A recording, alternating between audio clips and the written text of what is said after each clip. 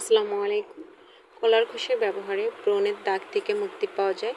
ত্বকের লালচে ভাব কমাতে ও ব্রণ থেকে মুক্তি পেতে ভালোভাবে মুখটাকে পরিষ্কার করে কলার খোসার সাদা অংশটা মুখে লাগিয়ে রাখুন 10 মিনিট। কলার খোসার ভেতরে থাকা ফ্যাটি অ্যাসিড ও অ্যান্টিঅক্সিডেন্ট দূর করে ত্বকের ব্রণের দাগ, ছোপ। ব্রণের দাগ দূর করতে কলার খোসা, ওটস ও চিনিযুক্ত একটি পেস্ট তৈরি করুন।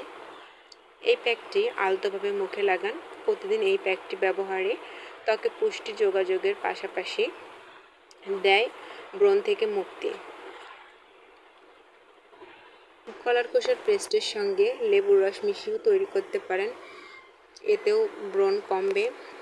তৈরিকৃত পেস্ট কটন বা তুলার সাহায্যে আলতোভাবে মুখে লাগান, তারপর স্কিনটাকে ক্লিন করে গোসল করে ফেলুন। নিয়মিত এটি ব্যবহারে আপনার মুখ থেকে ব্রণের দাগ কমবে। আশা করি ভালো একটা রেজাল্ট পাবেন। আসসালামু আলাইকুম সবাইকে।